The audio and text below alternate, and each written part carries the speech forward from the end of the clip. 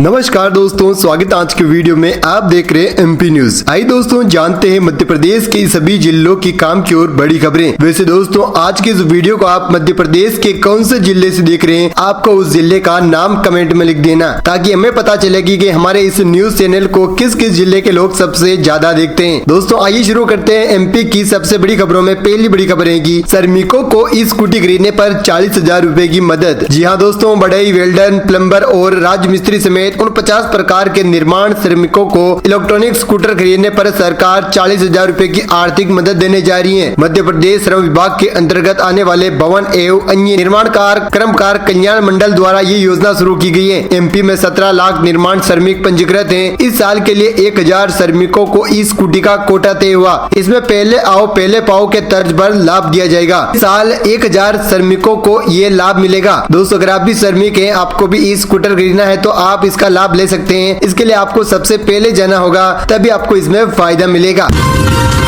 नहीं कराई तो एमपी में सड़क पर उतरेंगे संगठन। दोस्तों मध्य प्रदेश में आगामी छात्र संघ चुनाव को लेकर एनएसयूआई ने राजनीति हलचल बढ़ा दी है। संगठन में प्रदेश अध्यक्ष आशुतोष चौकस ने गुरुवार को शाजापुर पहुंचे, जहां उन्होंने कार्यकर्ताओं की बैठक लेकर रणनीति चर्चा की। पंडित बालकृष्ण शर्मा नवीन महाविद्यालय का दौरा कर छात्र सुविधा का मुद्दा उठाया।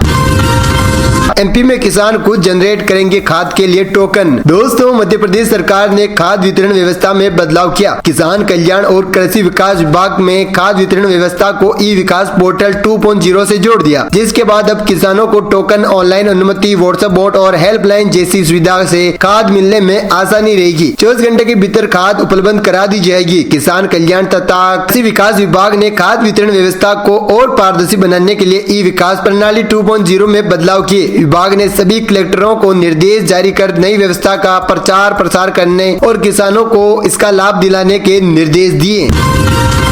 जीतू पटवारी ने किया सरकार पर हमला। दोस्तों पूर्व प्रधानमंत्री राजीव गांधी की जयंती पर प्रदेश कांग्रेस कार्यालय में करने के बाद प्रदेश के कांग्रेस अध्यक्ष जीतू पटवारी ने मुख्यमंत्री मोहन यादव और भाजपा के मंत्रियों के बीच कथित खींचातान को लेकर सरकार पर सीधा हमला बोला। उन्होंने दतिया में पूर्व मंत्री नरोत्तम मिश्रा के समर्थकों के सरकारी आवास को खाली कराने के मामले में भाजपा के भीतर चल रहे गुटबाजी से जोड़ते हुए कहा कि भाजपा ऐसी ट्रेन है जिसमें डब्बे कहते हैं कि इंजन हटा दो और इंजन कहता है कि डिब्बे बदल दूंगा। इस लड़ाई में भाजपा के नेता और जनता दोनों परेशान हैं।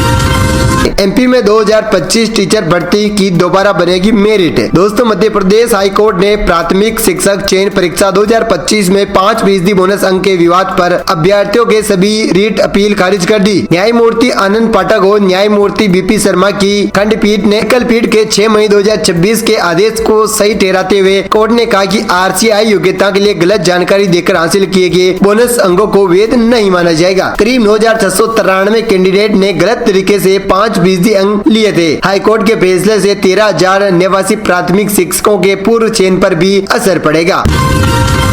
इंदौर में स्वाइन फ्लू से महिला की मौत। दोस्तों मध्य प्रदेश के इंदौर में बुधवार शाम स्वाइन फ्लू से एक महिला की मौत हो गई। महिला का कोकिलाबेन अस्पताल में इलाज चल रहा था। मेडिकल रिपोर्ट में स्वाइन फ्लू संक्रमण की पुष्टि हुई। महिला को कोई और दूसरी बीमारी नहीं थी।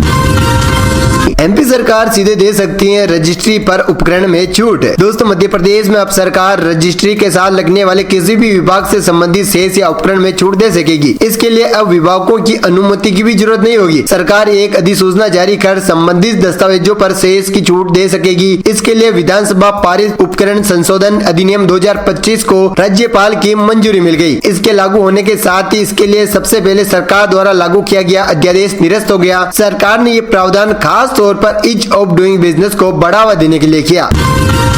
कलेक्ट्रेट का गेट बंद कर धरने पर बैठे किसान। दोस्तों मध्य प्रदेश के देवास में बुधवार को भारतीय किसान संघ के नेतृत्व में देवास जिले के विभिन्न क्षेत्रों में बड़ी संख्या में किसान अपनी मांगों को लेकर कलेक्ट्रेट पहुंचे। उदयनगर, विजयगंज, मंडी, खातेगांव, कन्नौज, बागली और हाटपिपलिया सहित जिले के कोने कोने से किसान आंदोलन में शामिल हुए। दोपहर 3 बजे तक कोई भी अधिकारी किसान से चर्चा करने नहीं पहुंचा तो किसान कलेक्ट्रेट कार्यालय के मुख्य गेट पर बैठ गए और धरना शुरू कर दिया। कुछ समय बाद एडीएम शोभाराम सोलंकी ने किसानों के बीच पहुंचे और उनका मांग पत्र लिया।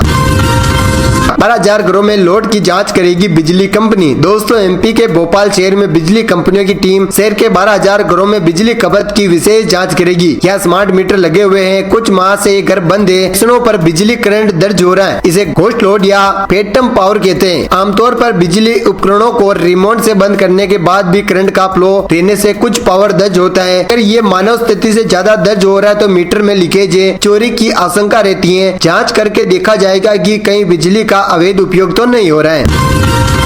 एमपी में भारी बारिश से बिगड़े हालात। दोस्तों, रीवा, मऊगंज समेत आसपास के जिलों में हो रही बारिश का असर गुरुवार को भी देखने को मिला। लोग सुबह उठे तो घरों के आसपास पानी जमा हो गया। कई स्थानों पर पूरी तरह से कॉलोनियां पानी में डूब गई। लोग कमरे तक पानी से गुजरने को मजबूर थे। रीवा शहर में बुधवार रात से मूसलाधार बारिश ने जनजीवन पूरी तरह से अस्त व्यस्त कर दिया। पूरी रात हुई तेज बारिश के बाद गुरुवार सुबह करीब 5 बजे तक शहर में कई इलाकों में पानी घरों के भीतर घुस गया।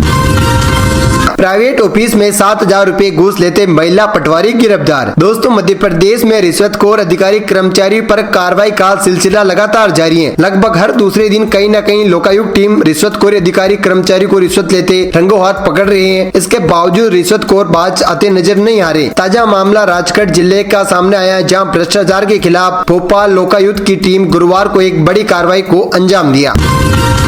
टीकमगढ़ की 1,000 एकड़ भूमि पर बनेगा विशाल औद्योगिक क्षेत्र। मुख्यमंत्री क्षेत्रीय औद्योगिक विकास नीति के अंतर्गत टीकमगढ़ जिले में औद्योगिक विकास की दिशा में महत्वपूर्ण कदम की गई। जिले में जलातार एवं पलेरा तहसील औद्योगिक क्षेत्र विकसित करने की प्रक्रिया शुरू कर दी। यहाँ पर लगभग 1,000 एकड़ में औद्योगिक क्षेत्र विकसित होगा। यहाँ पर यूपी के 35 निवेशक निवेश करेंगे। कोटा और दिल्ली के लिए 2 रक्षाबंधन स्पेशल ट्रेन। दोस्तों, रेलवे प्रशासन द्वारा रक्षाबंधन के अवसर पर यात्रियों की सुविधा को मद्देनजर रखते हुए अतिरिक्त यात्री यातायात को क्लियर करने के उद्देश्य से 2 स्पेशल ट्रेन मध्य प्रदेश के दमोह से जबलपुर के रास्ते होते हुए बिना कटनी मार्ग पर चलाई जाएगी। एक ट्रेन जबलपुर से दिल्ली तो दूसरी जबलपुर से कोटा तक जाएगी। इन ट्रेनों के चलन से इस रूट के यात्रियों को काफी लाभ मिलेगा। जोइला डैम के 3 गेट खुले। मध्य प्रदेश के उमरिया जिले में लगातार हो रही बारिश के चलते यहाँ एक तरफ लगभग सभी निचले इलाकों में जल भराव होता जा रहा है, वहीं दूसरी तरफ सभी नदी नाले उफान भरे। लगातार जारी बारिश के चलते जोइला डैम का जल स्तर बढ़ने के कारण जिला प्रशासन की ओर से डैम के 3 गेट खोल दिए गए। आपको बता दें कि डैम के 3 गेटों को 2-2 मीटर तक खोला गया, जिसमें कुल 6 मीटर तक पानी की निकासी की जा रही है। नदी के उफान में टापू पर फंसा किसान। मध्य प्रदेश के पन्ना जिले में हो रही लगातार बारिश के बीच पवई क्षेत्र में पतन नदी का जल स्तर बढ़ने से हंडा गांव के पास एक किसान बाढ़ के पानी के बीच टापूनुमा ऊंचे स्थान पर फंस गया। चारों तरफ पानी और तेज बहाव के बीच किसान फंस गया। सूचना मिलते ही जिला सेनानी मार्गदर्शन होमगार्ड के 6 सदस्यीय टीम और एक सीडीवी के करीब 70 किलोमीटर की दूरी तय कर घटनास्थल के लिए रवाना हुई। अंधेरे और तेज बहाव के बीच देर रात तक चले रेस्क्यू ऑपरेशन के बीच टीम ने किसान को सुरक्षित बाहर निकाला। अरुण यादव की कॉटन मिल नीलामी होगी। दोस्तों, खरगोन की 40 साल पुरानी जवाहरलाल नेहरू सहकारी सूत मिल की नीलामी प्रक्रिया शुरू हो चुकी है। लगभग 25 करोड़ के घाटे के जाने के बाद वैश्विक मंदी से उभर नहीं पाई नेशनल कोऑपरेटिव डेवलपमेंट कॉर्पोरेशन ने ब्याज से 24 करोड़ 16 लाख रुपए का बकाया निकलने पर 23 सितंबर को नीलामी तय की गई। एनसीडीसी के क्षेत्रीय निदेशक इंद्रजीत कौर ने नीलामी की सूचना जारी कर दी। महाकाल शयन आरती के बाद परचूरे भवन पर चला बुलडोजर। उज्जैन में महाकाल मंदिर के सामने स्थित परचूरे भवन को बुधवार देर रात ध्वस्त कर दिया। लगभग 65 साल पुराने इस जर्जर भवन पर महाकाल के शयन आरती के बाद रात करीब 11 बजे नगर निगम का बुलडोजर चला। उच्च न्यायालय के आदेश का पालन के बाद ये कार्रवाई की गई, जो कि 60 मिनट तक चली। रायसेन में खाद टोकन के लिए किसानों का जाम। रायसेन जिला मुख्यालय के भोपाल रोड स्थित जिला विपणन कार्यालय के डबल लॉक गोदाम के सामने किसानों ने गुरुवार को खाद और टोकन वितरण में अनियमितता को लेकर चक्का जाम कर दिया। 800 से अधिक किसान खाद और टोकन लेने गोदाम पहुंचे, लेकिन टोकन नहीं मिलने से वो आक्रोशित हो गए। कर्मचारी हेल्थ स्कीम पर 7 साल से कोई फैसला नहीं। दोस्तों, मध्य प्रदेश में करीब 7.5 लाख कर्मचारी और 4.5 लाख पेंशनर के लिए प्रस्तावित कर्मचारी हेल्थ स्कीम 7 साल बाद भी इसमें कोई भी फैसला नहीं आ सका। कर्मचारी संगठनों का कहना है कि योजना में सरकार पर कोई भी खर्च नहीं आएगा, क्योंकि बीमा और प्रीमियम कर्मचारियों के वेतन और पेंशनर के पेंशन से काटा जाएगा। रतलाम में कार्य में लापरवाही पर 2 पटवारी सस्पेंड। फार्मर रजिस्ट्री का काम समय पर पूरा नहीं करने और लापरवाही में उदासीनता बरतने पर रतलाम जिले के 2 पटवारियों को कलेक्टर अजय कटसरिया ने निलंबित कर दिया। अचानक हुई इस कार्रवाई से पटवारियों में हड़कंप मच गया। शाजापुर में यूसीसी के विरोध में प्रदर्शन। मध्य प्रदेश में प्रस्तावित समान नागरिक संहिता यानी कि यूसीसी के विरोध में शाजापुर में मुस्लिम समाज ने प्रदर्शन किया। जमीयत उले ए हिंद जिला शाजापुर के नेतृत्व में गुरुवार दोपहर करीब 12:30 बजे बड़ी संख्या में लोग कलेक्ट्रेट पहुंचे। उन्होंने राष्ट्रपति के नाम शाजापुर एसडीएम मनीष वास्कले को ज्ञापन सौंप कर प्रस्तावित यूजीसी पर पुनः विचार की मांग की। राशन दुकान नहीं खुली तो सड़क पर बैठी भीड़। दोस्तों, अशोकनगर के दुबे कॉलोनी स्थित राजीव गांधी से उपभोक्ता भंडार राशन दुकान समय पर न खुलने से नाराज लोग ने गुरुवार को सड़क पर चक्का जाम कर दिया। आक्रोशित लोगों ने पहले दुकान के बाहर बैठे थे, लेकिन संचालन और सेल्समैन के न पूछने पर वे स्वराज एजेंसी के पास और ब्रिज किनारे बैठ गए। उन्होंने अस्पताल, गांधी पार्क और पाचड़ी खेड़ा की ओर से आने जाने वालों लोगों को दिक्कत का सामना करना पड़ा। टाइगर रिजर्व फंड स्टाफ की कमी पर हाईकोर्ट सख्त। दोस्तों, मध्य प्रदेश के टाइगर रिजर्व में बजट की कमी और कर्मचारियों के खाली पदों को लेकर जबलपुर हाईकोर्ट ने सख्त रुख अपनाया। जस्टिस आनंद पाठक और जस्टिस बीपी शर्मा के युगल पीठ ने बुधवार को नेशनल टाइगर कंजर्वेशन अथॉरिटी को निर्देश दिए कि वे पिछले 10 वर्षों में प्रदेश के टाइगर रिजर्व को जारी रखने के लिए फंड का पूरा ब्यौरा अदालत में पेश करें।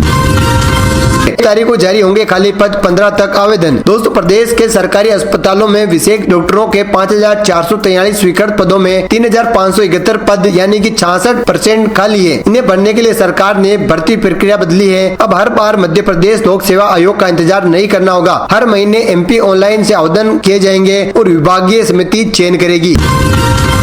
मुरैना पुलिस की होटल में दबी 4 युवक युवतियां पकड़े। मुरैना के सिटी कोतवाली थाना क्षेत्र के लोहिया बाजार स्थित फूड गैरेज होटल में छापामार कार्रवाई की। पुलिस के मुताबिक होटल में युवक युवतियों को महंगे दामों पर कमरा उपलब्ध कराए जाने की सूचना मिली। कार्रवाई के दौरान पुलिस ने होटल के कमरों में से 2 युवक और युवतियों को संदिग्ध परिस्थितियों में पकड़ा। पुलिस ने होटल संचालक को भी गिरफ्तार किया।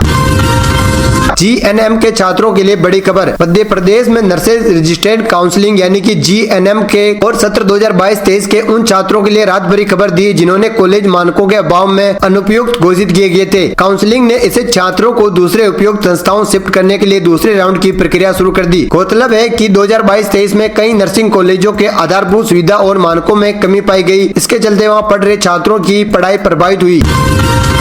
सीएम के फैसले पर हाईकोर्ट का रोक से इनकार। हाईकोर्ट ने छिंदवाड़ा मुख्य चिकित्सालय स्वास्थ्य मंत्री नरेश गुंदाड़े को मुख्यमंत्री मोहन यादव द्वारा दिए गए निलंबित के मामले में राहत नहीं दी। न्यायमूर्ति विवेक कुमार सिंह की एकल पीठ ने याचिका का निवारण करते हुए उन्हें पहले विभाग के समक्ष वैधानिक अपील दाखिल करने के निर्देश दिए।